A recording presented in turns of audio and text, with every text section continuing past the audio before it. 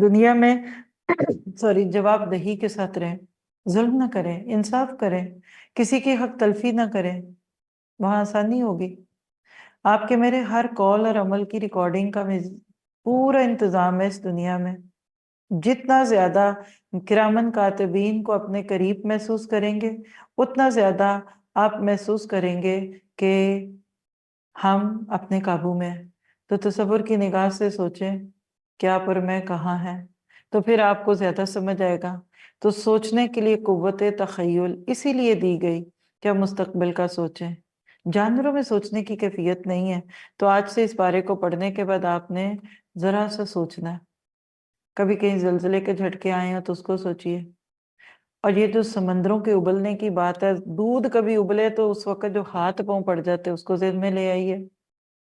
اس دن پتہ چلے گا علمت نفس ما قدمت واخرت، تمہاری پریفرنسز کیا تھی، کیا پریفرڈ تھا اور کیا ڈیفرڈر تھا، کیا آگے تھا کیا پیچھے، کیا لیز پہ تھا اور کیا بالکل فرسٹ تھا۔ لگ بتا جائے گا تمہارے غم کیا تھے، تمہاری خوشیاں کیا تھیں۔ اب آپ کہتے ہیں کریں تو کیا کریں، نیکی کریں۔ آپ کہتے ہیں اللہ کوئی نیکی کروا لے، کوئی بہت بڑی نیکی کرا لے، تو ایک جملہ لکھیں، چھوٹی ہو یا بڑی، اگر قبول ہو گئی نا وہ نیکی تو وہ چھوٹی نہیں رہے گی۔ اللہ سے کہیں کہ مجھ سے چھوٹی چھوٹی نیکیاں کرا لے پر قبول ہو جائیں، یہ اس سے اچھا جو بڑی نیکی کریں اور ضائع ہو جائے تو خاتمہ بالخیر کی دعا کریں۔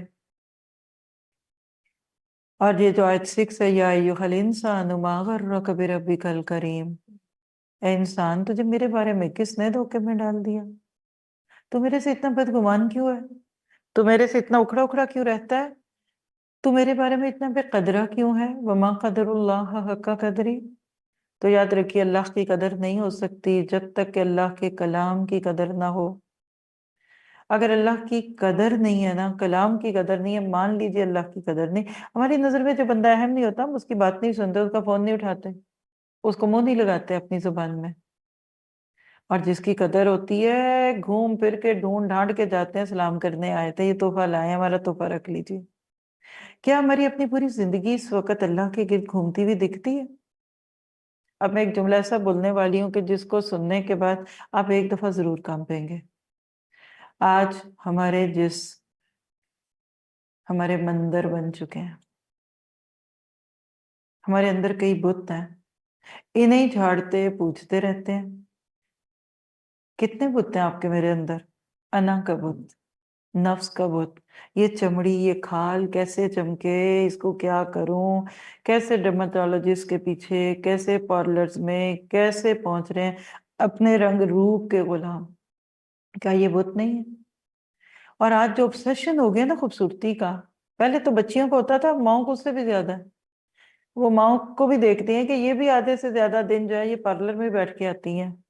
کیا ہم ڈیکوریشن پیس ہیں؟ ہم خوبصورت ہوں گے تو جنت میں جانا لازمی ہے، تو پھر تو ہم ساری بڑی کوششیں کریں گے۔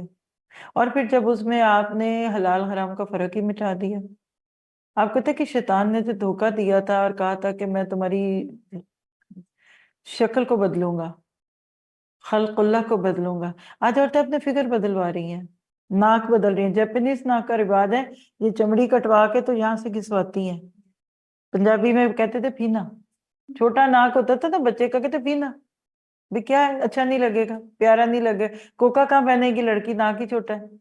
اب شوق ہے، کہتے ہیں بہت کیوٹ لگتے ہیں نا جیپنیز فیس، یہ ہو رہا ہے۔